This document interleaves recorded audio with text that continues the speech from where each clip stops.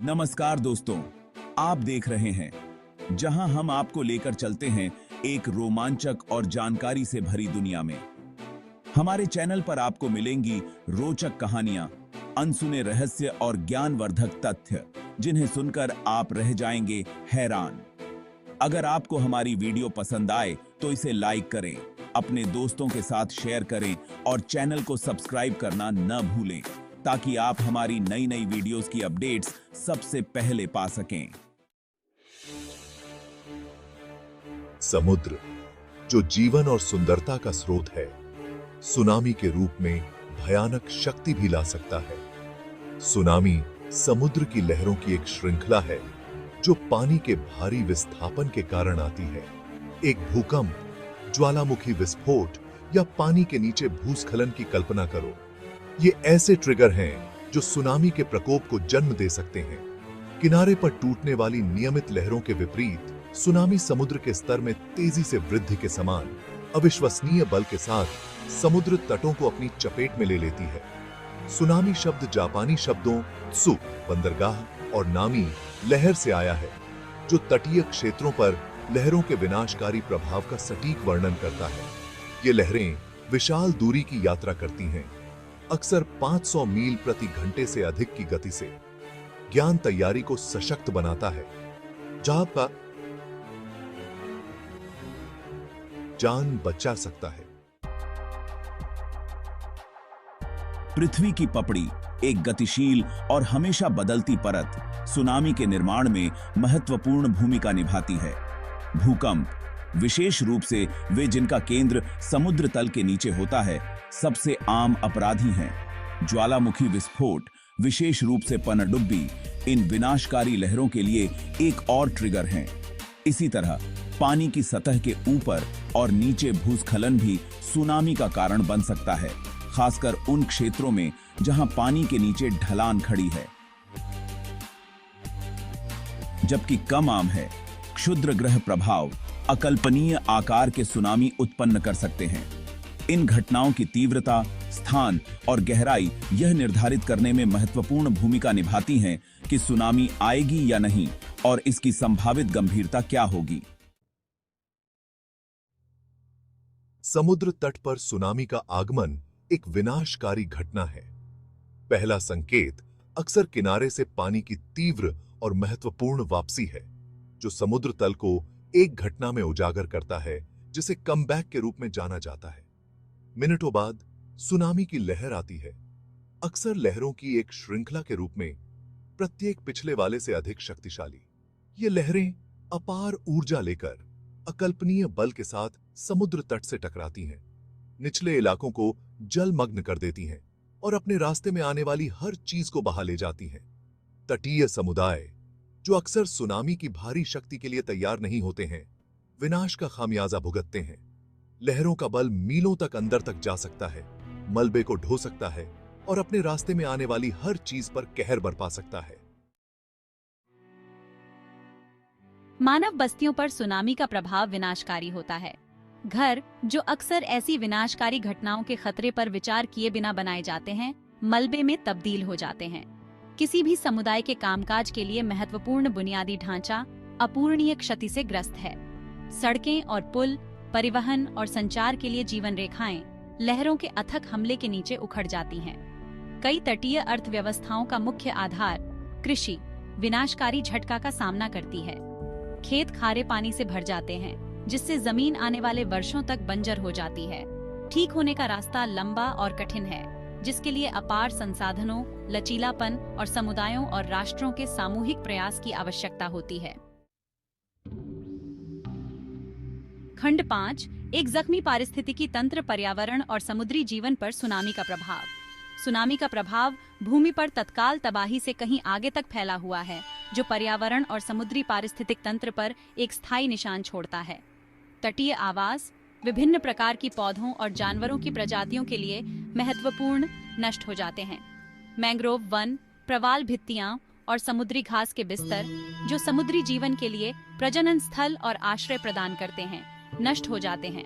पारिस्थितिकी तंत्र के नाजुक संतुलन को बाधित करते हैं। छोटे प्लवक से लेकर बड़े समुद्री स्तनधारियों तक समुद्री जानवरों को सुनामी के प्रकोप का खामियाजा भुगतना पड़ता है। सुनामी का पारिस्थितिक प्रभाव लंबे समय तक चलने वाला हो सकता है। पारिस्थितिकी तंत्र को ठीक होने में वर्षों या दशकों भी लग सकते हैं। खंड 6 मानव टोल, हताहत, विस्थापन और दीर्घकालिक परिणाम। सुनामी का मानवीय नुकसान अथाह है। आपदा में हजारों या सैकड़ों हजारों लोगों की मौत के साथ जीवन का नुकसान अक्सर चौंका देने वाला होता है। जो लोग शुरुआती हमले से बच जाते हैं, उन्हें कई चुनौतियों का सामना करना पड़ता है। विस्थापन एक सामान्य परिणाम है, क्योंकि घर नष्ट हो जाते हैं, जिससे बचे लोगों को अस्थायी शिविरों या रिश्तेदारों के साथ आश्रय लेने के लिए मजबूर होना पड़ता है। अपनों, घरों और आजीविका के नुकसान का बचे लोगों के मानसिक और भावनात्मक स्वास्थ्य पर भारी प्रभाव पड़ता है।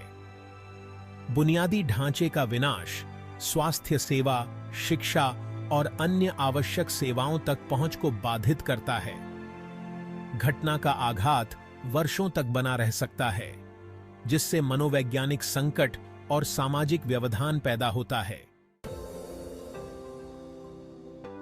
खंड 7 पूर्व चेतावनी प्रणाली। आपदा के समय एक जीवन रेखा। सुनामी के विनाशकारी प्रभाव को कम करने में पूर्व चेतावनी प्रणालियां महत्वपूर्ण भूमिका निभाती हैं, जो तटीय समुदायों को ऊंची जमीन पर खाली करने के लिए बहुमूल्य समय प्रदान करती हैं।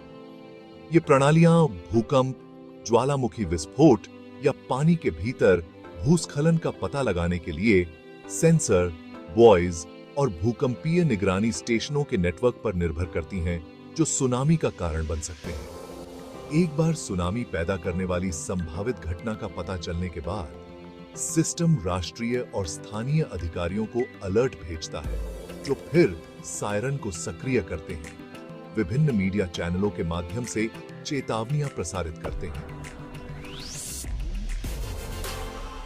और निकासी प्रक्रिया शुरू करते हैं। उपग्रह इमेजरी और रियल टाइम डेटा विश्लेषण सहित प्रौद्योगिकी में प्रगति ने सुनामी चेतावनी प्रणालियों की प्रभावशीलता में उल्लेखनीय सुधार किया है। पूर्व चेतावनी प्रणालियों को मजबूत करने और वैश्विक सुनामी तैयारी को बढ़ाने के लिए अनुसंधान, प्रौद्योगिकी और सामुदायिक आउटरीच में निरंतर निवेश आवश्यक है। खंड 8 अकल्पनीय की तैयारी, सुरक्षा उपाय और निकासी योजनाएं। जबकि पूर्व चेतावनी प्रणालियां एक महत्वपूर्ण जीवन रेखा प्रदान करती हैं, सुनामी से बचने के लिए व्यक्तिगत तैयारी सर्वोपरि है। तटीय समुदायों और निवासियों को निकासी मार्गों, निर्दिष्ट सुरक्षित क्षेत्रों और आपातकालीन प्रक्रियाओं से खुद को परिचित करना चाहिए। संचार रणनीतियों, बैठक बिंदुओं और एक आपदा तैयारी किट सहित एक पारिवारिक आपातकालीन योजना बनाने से जान बचाई जा सकती है। सुनामी की चेतावनी के दौरान शांत रहना और स्थानीय अधिकारियों के निर्देशों का पालन करना महत्वपूर्ण है। तैयार रहकर, सूचित रहकर और निर्णायक रूप से कार्य करके व्यक्ति और समुदाय अपने बचने की संभावना बढ़ा सकते हैं और इन विनाशकारी घटनाओं के प्रभाव को कम कर सकते हैं। खंड 9 पुनर्निर्माण और पुनर्प्राप्ति। सुनामी के बाद वापसी का लंबा रास्ता। सुनामी के बाद बिखरे हुए जीवन, समुदायों और अर्थव्यवस्थाओं के पुनर्निर्माण की एक कठिन चुनौती मिलती है।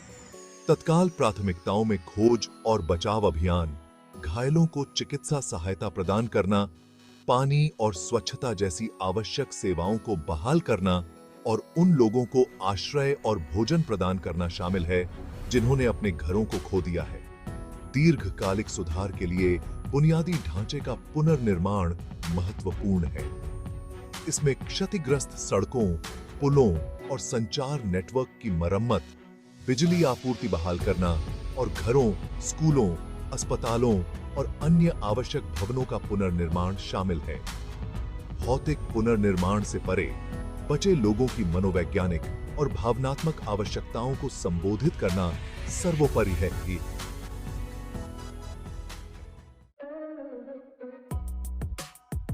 खंड 10 कार्रवाई का आह्वान, तैयारी और वैश्विक सहयोग का महत्व। सुनामी प्रकृति की विशाल शक्ति और ऐसी विनाशकारी घटनाओं के सामने मानव बस्तियों की भेद्यता की एक कठोर याद दिलाते हैं। जबकि हम इन प्राकृतिक आपदाओं को रोक नहीं सकते हैं, हम तैयारी, पूर्व चेतावनी प्रणालियों और वैश्विक सहयोग के माध्यम से उनके प्रभाव को कम कर सकते हैं। सुनामी की भविष्यवाणी और चेतावनी प्रणालियों में सुधार के लिए अनुसंधान और प्रौद्योगिकी में निवेश करना महत्वपूर्ण है। लचीला समुदायों के निर्माण के लिए सुनामी जोखिमों के बारे में जागरूकता बढ़ाने, व्यापक निकासी योजना विकसित करने और इन योजनाओं का अभ्यास करने के लिए नियमित अभ्यास करने की आवश्यकता है।